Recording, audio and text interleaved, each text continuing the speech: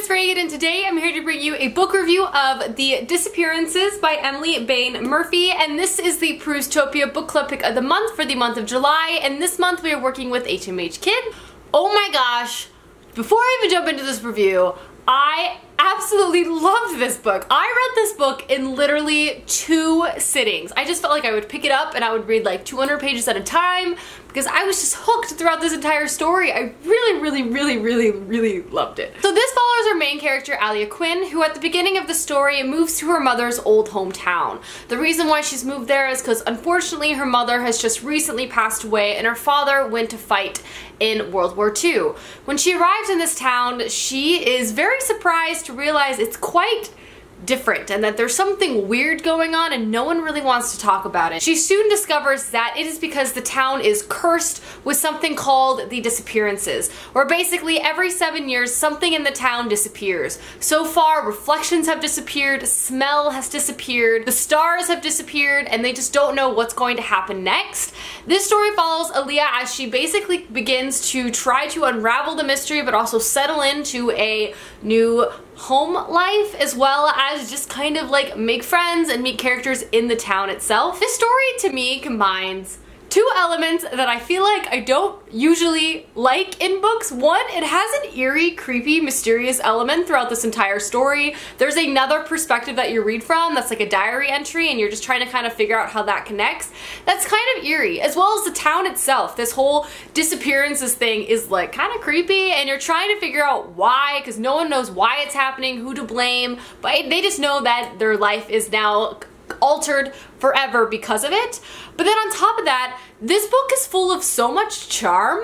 Not only did I love our main character Alia, but like all of the characters in the family that she goes to stay with her brother are just like such a joy to read about, and there's so many other characters in this book that are just so charming. Obviously there are some dramatics in this small town, but so many characters that you get to read from in this story to me are just so charming. So there's like this weird, like, it's charming but creepy, so you're like really invested in the characters that you like and are really creeped out by what's going on in the background. Another element of this book that I really enjoyed was its subtle use of magic. The magic in this is very small. Basically, a few inventors in the town have been able to discover elements or items that could be ground up and dusted over something that has been lost to kind of rediscover or to be able to re-experience it. Things are called variants and they can be temporarily used to alleviate the lack of smell in something or the lack of a reflection, and it's cool because a lot of these variants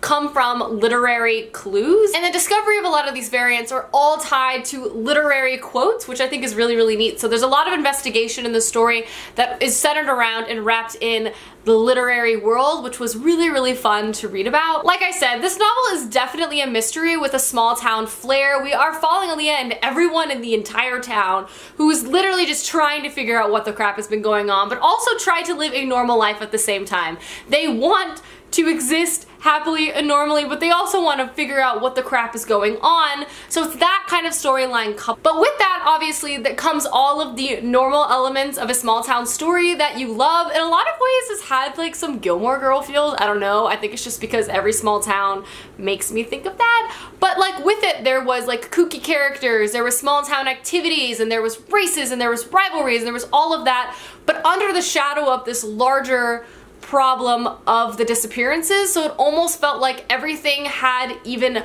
more of a weight to it because they didn't know how long they were gonna last, what was gonna disappear tomorrow. They had no idea. So within this novel there was a huge element of people pretending to live normal lives, but everyone was living with the undercurrent of fear. I really enjoyed the mystery component of this book. At no point did I actually guess how it was going to be solved. I honestly had no idea, and I just really enjoyed the ride as I slowly began to figure it out myself. I really enjoyed all of the characters in the book, including the side characters. Obviously I mentioned Alia a lot, who I, by the way, totally enjoy. She's spunky, she's smart, and she's a really loving older sister, but we also have another character. But we also have Alia's younger brother, Miles, who is a bit of a troublemaker in the way that a young boy can be. He's also incredibly honest, and their relationship, I think, is not only really charming, but the growth it experiences is also really, I don't know, it's kind of heartwarming. There is a love interest in the story, which I thought was done super well. It was a romance that realistically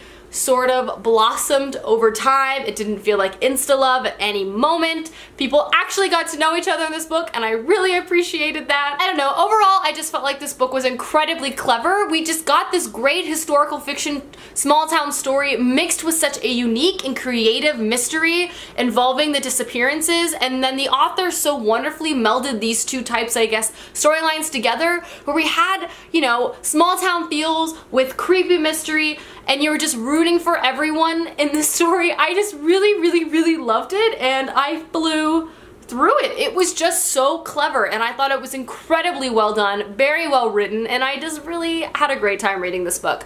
So at the end of the day, I gave this book a 4.5 out of 5 stars. I thought it was really good. I would highly recommend picking this up if you're interested. I enjoyed it a lot. Alrighty guys, that is my non-spoiler review of the Disappearances. I hope you guys enjoyed this video, and hopefully I was coherent. Every time I film a review, I'm like, I hope that made sense, because I just get so excited, so I just like talk and talk and talk. Anyway, I hope you guys enjoyed, and I will see you soon with another video soon. Goodbye!